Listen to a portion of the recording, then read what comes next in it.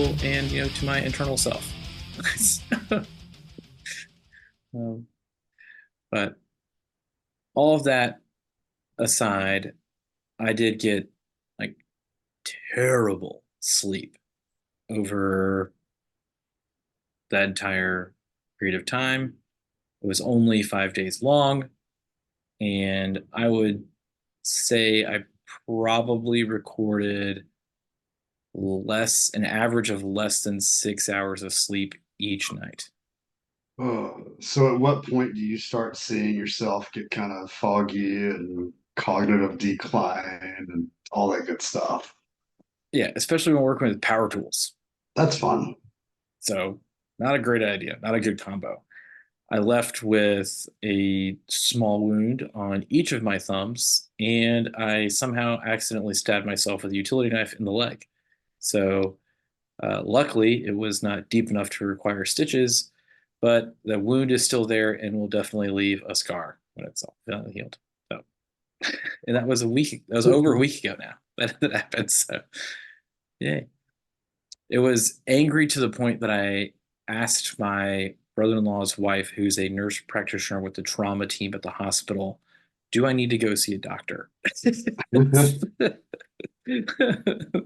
I didn't like it was just kind of like, is this infected or not? Do I need to get antibiotics or am I good? Looks like it's a lot better, a lot of neosporin. So There you go. Little shout out, alcohol, little hydroperoxide, little Neosporin, all good. Just, yeah. keep it clean and triple antibiotic help you out. All right. So the last time I had to buy some triple antibiotic ointment, they don't label it as triple antibiotic ointment anymore. It's first aid ointment because it was confusing the hell out of me because I was like, all right, I got first aid ointment. Like, I need triple antibiotic ointment. And I went and bought, because, all right, so you shouted out Neosporin. I'm just going to shout out buying generic for a third of the price. So, like, you're like, I'm like, wait, so turn it over and flip it. And I'm like, wait, this is three different antibiotics in this. This is triple antibiotic ointment. I have triple antibiotic at home. Uh, so yeah, Yeah, apparently I guess it's probably confusing to people, but now it further confused me. yeah. I mean, I like so. To be fair in the conversation, I think like I have Neosporin and I also have the generic. I don't think there's any difference between them. I think as a populace, at least in the United States, we say Neosporin interchangeably with triple antibiotic ointment, It's like grabbing a Coke, yeah, or wiping your nose with a Kleenex, yeah. right? Or a Band-Aid, Yeah. right? Is not an adhesive bandage. That's the brand is Band-Aid. It's an adhesive bandage. So um, but yeah, I went through almost a whole box of adhesive bandages between my thumbs and my leg wound. So, needless to say, during that whole time, I was also at my parents' house and succumbed to the will of like the food that's available there, which is not food that I would recommend on a regular basis. All that to be said, I have never had the experience of being so excited to have a salad as I did when I left my parents' house. It had simple Caesar salad, like straight bag mix Caesar salad, had the salad dressing, the croutons, Parmesan cheese, romaine. I was ecstatic to have a vegetable. It had been like 3 days that I had not had any fruits or vegetables. It's the longest period I've run in my life without a fruit or That's vegetable. always the worst. Like when I go on vacation, like I go going on vacation, but like you eat out somewhere and you're like, all right, can I just like, yeah, I get back and I literally just want like healthy, clean, quote, food, which just doesn't exist. But it's just like give me like yeah, chicken and broccoli and a salad, and I'm happy. Yeah. But that leads me to kind of what I want to talk about. Because I had the salad when I left my parents' house on Sun, Sunday and rode with my brother and sister back to their house. And I stayed at their house again on, I can't remember the days. It's all bleed together. Doesn't matter. Either way, went back to their house. My brother and sister have been purposefully losing weight. And we talked about it in their own weight loss journeys. Nice. So for all of you out there listening, shout out to Daniel and Shelly. They've been working hard, doing a lot of simple changes and exchanges. One of them being making sure to have a fruit and or vegetable at almost every meal. So there's like breakfast, sometimes they won't have it, or lunch they won't have it, but the goal that they have for themselves is to have a fruit or vegetable at almost every meal. And they got that from listening to this podcast. So shout out to everyone out there that has been making changes in your own lives off of the things you've heard us talk about. We've talked about it before, but another important thing, I need to like turn a light on in here. This video is gonna look terrible. Yeah, it's like partly cloudy, so like when the clouds come in, Oh, goes there you go. away. Let there be light. Almost on cue. There you go. um, they have been working on improving their sleep habits. So Matt sent me a study the other day that he found from Dr. Bill Campbell. Excellent follow on Instagram. Oh, yeah. Love his Uh, stuff. enjoy his quizzes. I Yes. frequently get them correct, so I love it that Same. I'm right. It's always nice to get to go. Hey, I actually do know what I'm talking about. All right, cool. Subtle validation. I will take it. But the study, which I thought was amazing. Do you want to tell them about it, Matt? If I can pull it up, because I'm kind of like you. I stay so busy, my brain's just fried, and I can't remember the exact study. Let's see. We've texted each other way too much recently. It's not in that group, it's in the individual one. Yeah, so I'm trying to find it. There we go. The impotence of sleep. I mean, importance of sleep. I'm sure lack of sleep could lead to impotence. It's probably a fun. So yeah, the where we yeah, it's basically like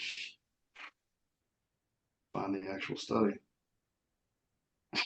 but just basically what it does to as far as like if you're trying to lose weight and diet with lack of sleep, what it does to the body. Yeah. So specifically in the study, it was over 14 days. The groups were scheduled sleep for 8.5 hours per night for 14 nights versus scheduled sleep of 5.5 hours per night for 14 nights. And what they were trying to assess in the study, people were on a caloric deficit, so they were trying to lose weight. And based off of the sleep changes, did they see greater weight loss from fat, from muscle weight loss, or versus no weight loss? Like they had a few different small variables in there, but um, the study variable itself was sleep. Like everything else was the same, like workout activity, foods consumed. Um, and so I thought it was a really interesting study that they put together.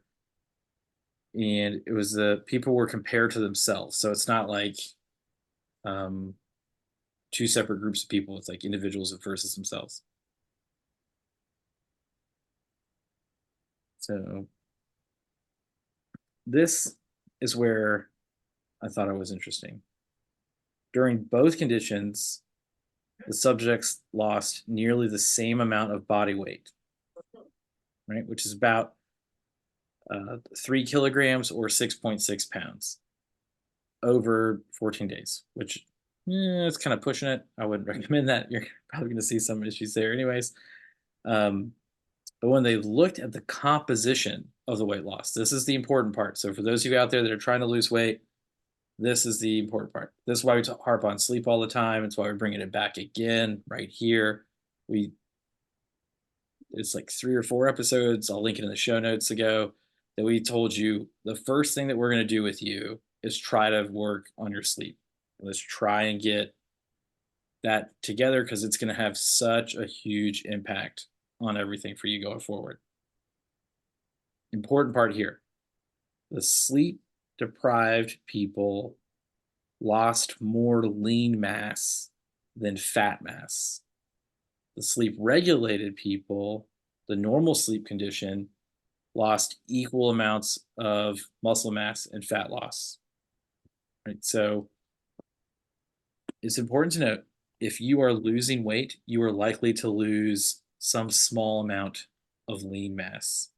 You want to try and And keep if that you're as small as possible. yeah, if you're doing it correctly in the way we do it at Franchise Nutrition and Fitness, you're gonna have it combined with strength training to help, yeah, maintain some of that muscle mass. You're gonna get an adequate amount of sleep. Because I always tell people, first and foremost, you're not on a weight loss plan, you're on a fat loss plan.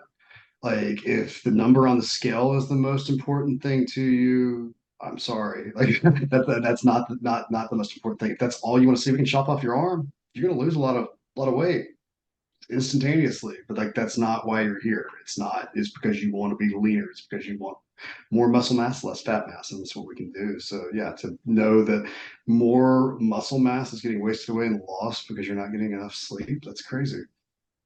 Yeah, it is a pretty good thing that you talked about it in one of the podcasts on biohack half truths, like the you only need 4 hours of sleep. This right here is clearly suggesting Right. that no, like you want to maintain your muscle mass as best you can. You definitely need to get at least the recommended sleep for your gender, which males is at least 7, females at least 8. So there's like some wiggle room in there. I'd recommend like 7.5. Like try to get it closer to 8 if you can, no matter who you are. Uh, and that's just to make sure that you preserve your lean muscle tissue. You're not like catabolizing that to like your detriment. So Yeah, I hate everything about our society now with the glorification of the grind culture. Like, it's okay, you can sleep when you're dead. You can have all these side hustles and this and that. It's like, no, like, cool. Yeah, you can sleep when you're dead because you're gonna die much younger because you never adequately recover from how busy you are. Wonderful. yeah, and this is important for everybody out there. Like if you're on even a muscle building journey, you definitely need adequate sleep to recover. Like if let's say Absolutely. you're trying to get bigger, put weight on, you want to make sure that as much of that as possible is going to be muscle mass, not fat mass. So it's better for you to make sure that you're getting adequate sleep. Like it's um, so important. I think about it a lot with circadian rhythm stuff. Have you read about those kind of things? Like if you are, and sorry if you are one of these people that have to be, but like if you're like a third shift worker, like because of the rhythm shift, like you might be at a higher risk for like basically all cause mortality just Right. because Absolutely. your body is not cycling as like with the sun going up and down. Like you're not working during the day, like you're working at night when your body, because of the decrease in sunlight exposure, like your brain is telling your body to shut down, slow down, but you're pushing it through, which is not necessarily good for you.